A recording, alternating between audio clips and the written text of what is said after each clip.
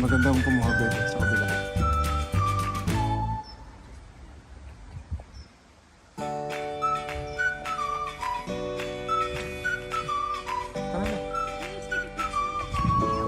Oh, okay, yeah.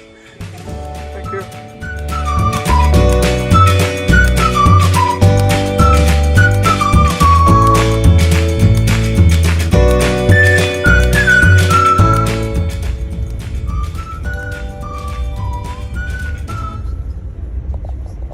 You have to say bye-bye Bibery.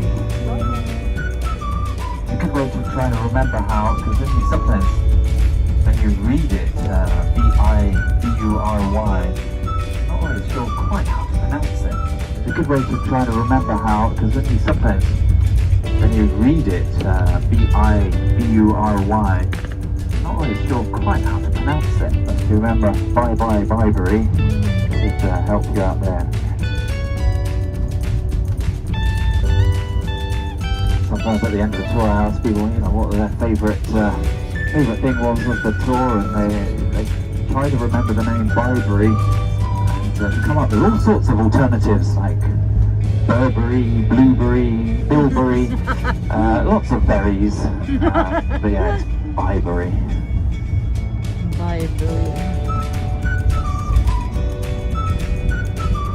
And all of these are your stereotypical Cotswold houses.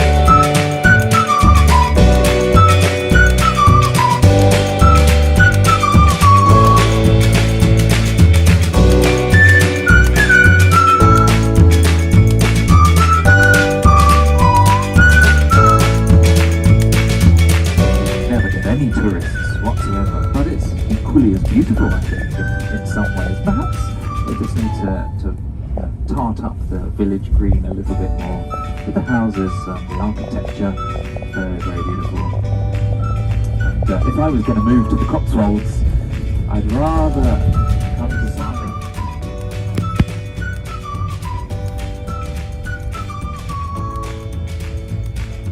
It's actually a very popular place for people to have weddings, and wedding reception often sometimes just to come and have their wedding photographs. That might be what makes me think that Little Barrington would be more fun to live in. Running closer to the pub.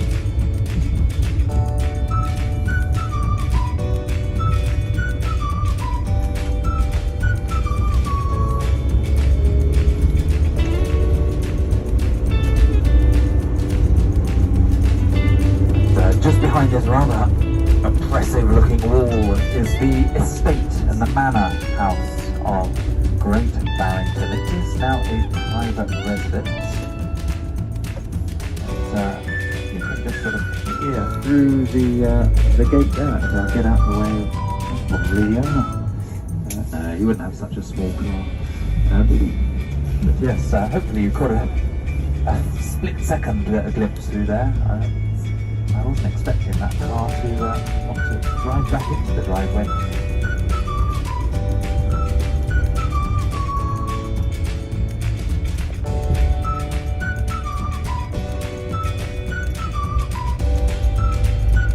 You can see some of the farm buildings, some of the houses of Great Barrington.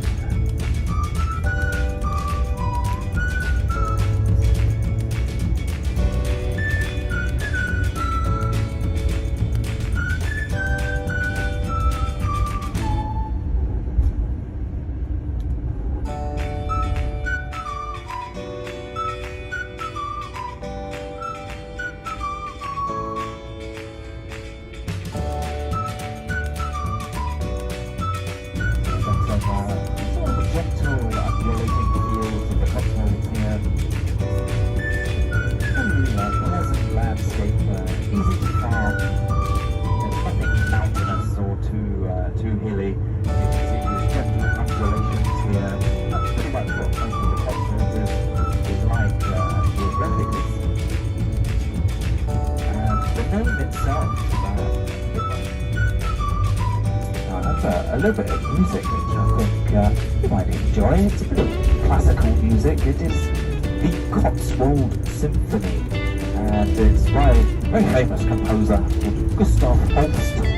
He doesn't sound very English, doesn't sound like an English name, but he was born in Chelmsford, which is... But anyway, down there you'll see the church, and you can either access it through that little lane, or the next one up here, which is conveniently called Church Lane. So access to the church that through either of these two. But the rest of Burford is just this high street, this main street. So you could walk up one side and then get up to the trees where it starts to climb up a hill, and then it's just houses beyond there. But all the shops, the pubs and the tea rooms are on either the left or the right. Another good lunch sort of tea room option is the Priory here. They do excellent green teas as well. All the pubs serving food as well. It's quite nice. And Huffkins is halfway up on the right hand side. And you'll see it as you go. Ooh, it's a bit busy even here. It's going, oh, it's the school.